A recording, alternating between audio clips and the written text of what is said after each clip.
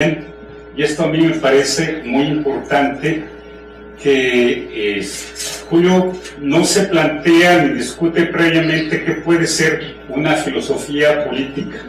Si esta filosofía política ha sido fundada o no con Platón desde el origen, si hay una especie de género que pueda ser considerado como filosofía política. Yo diría que directamente va y entra como buen fenomenólogo a la cosa. Es decir, se plantea dónde en este pensamiento abstracto, digámoslo así específicamente, la ontología fundamental irrumpe, se transparenta o tiene que ver con una actitud política. Ese es el punto de partida de Julio, que a mí me parece un acierto. Es decir, efectivamente, remontando, les diría, hay una enorme bibliografía de carácter sociológico, histórico, crítico, donde la mayoría deniegan el vínculo entre filosofía y política, en este caso de Heidegger, y la dictadura nacional socialista. El punto sería el punto en el cual se mueve el profesor Quesada, y a mí me parece decisivo, es que no vamos a preguntarnos si no solo es importante si él vistió el uniforme, si estuvo en el rectorado 10 meses y luego se arrepintió. Debo decirles que esta es la versión estándar. Yo la bautizaría así, muy a la francesa, de la docta doxa, jugando con ellos y devolviéndosela. Todo el mundo está de acuerdo. Bueno, el profesor Heidegger sí se ilusionó, cometió un error, pero después de 10 meses del rectorado comienza a discutir en sus cursos sobre Nietzsche, etcétera, etcétera. Digamos, esa es la docta doxa que no se sostiene documentalmente. Y este es el otro punto. ¿Desde dónde habla el profesor Quesada para construir su planteamiento sobre la relación entre filosofía política y Heidegger? Por supuesto, él presupone una cantidad enorme que no podemos discutir aquí ni analizar, de documentos de historiadores, de economistas, de filósofos, de historiadores de las religiones, entre ellos, por supuesto, de Esther Cohen.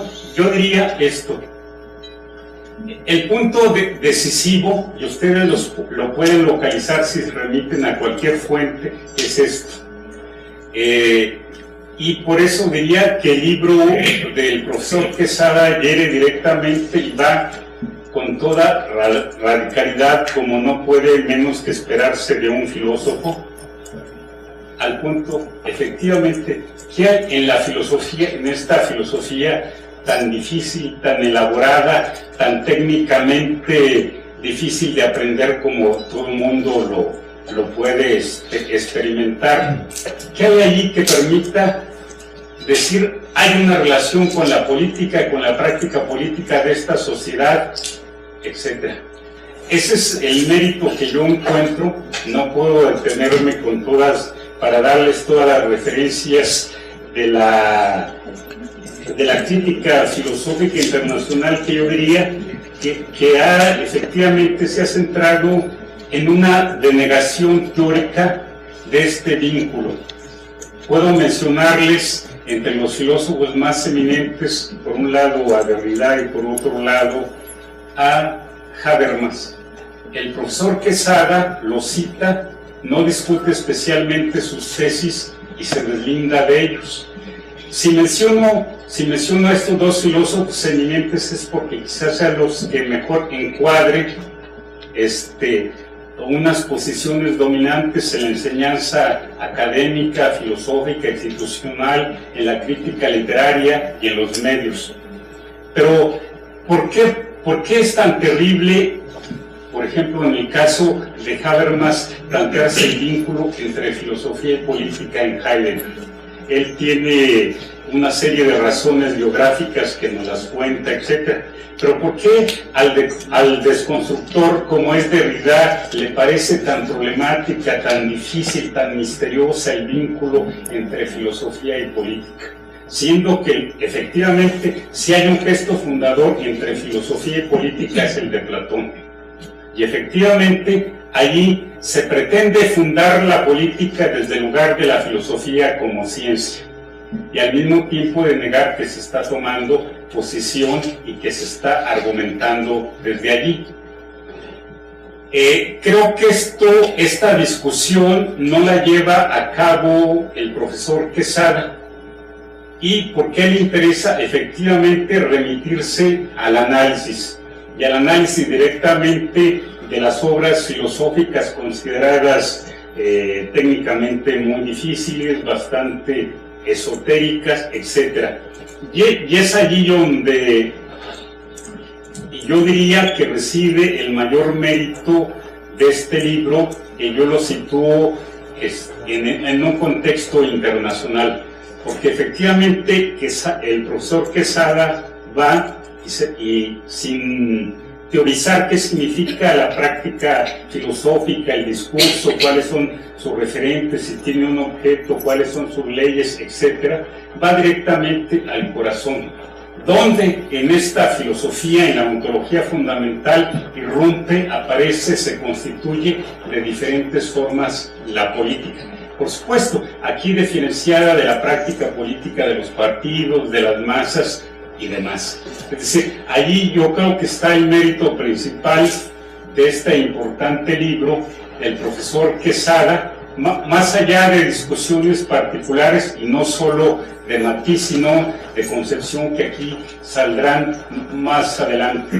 Pero efectivamente, cuando el profesor Quesada señala que es desde la lucha por el ser, es decir, la tesis más alta, más teóricamente abstracta de esta pregunta fundamental, la cuestión por el ser, ¿qué significa que haya ser y no nada, o con todas las variantes que nosotros queramos incluir? Allí sitúa el profesor Quesada la erupción, la manifestación, el punto de conexión con la política, y creo que ese es un acierto. Es un acierto de libro, porque efectivamente, no quiero entretenerme con esto, la mayoría de una serie de críticos, efectivamente ustedes no conocen porque algunos apenas eran niños o no habían nacido, siempre ha planteado esto. Bueno, fue rector durante 10 meses, sí participó, ostentó la insignia y demás, pero las grandes tesis sobre la crítica de la metafísica, la época de la técnica y demás siguen intocadas. Y siguen intocadas porque esa es la grande filosofía del profesor Heidegger, y más allá de los errores personales, si fue cobarde, si no fue suficientemente valiente, se sostiene. Y les voy a plantear un ejemplo muy concreto. En un libro reciente de hace 2 años, el profesor Evodio Escalante dice de entrada, después de citar a Adorno y no discutirlo como se merece, que sobre Heidegger siempre ha impedido que se estudie porque viene la sombra del nacionalsocialismo. Bueno, yo diría, esto es literalmente falso, y sobre todo en México. Es decir, la sombra del nacionalsocialismo que impida la discusión de un pensar filosófico en México es literalmente falso. Una mención muy rápida: a mediados de los 70, los profesores más interesantes que en México lanzan la constelación del pensamiento europeo, y aquí está la doctora Esther como testigo. Por un lado, Bolívar, Echevarría, que dominan y dan a conocer el pensamiento alemán, discuten abiertamente Heidegger. Por otro lado, la constelación de pensadores franceses que da a conocer Cesario Morales y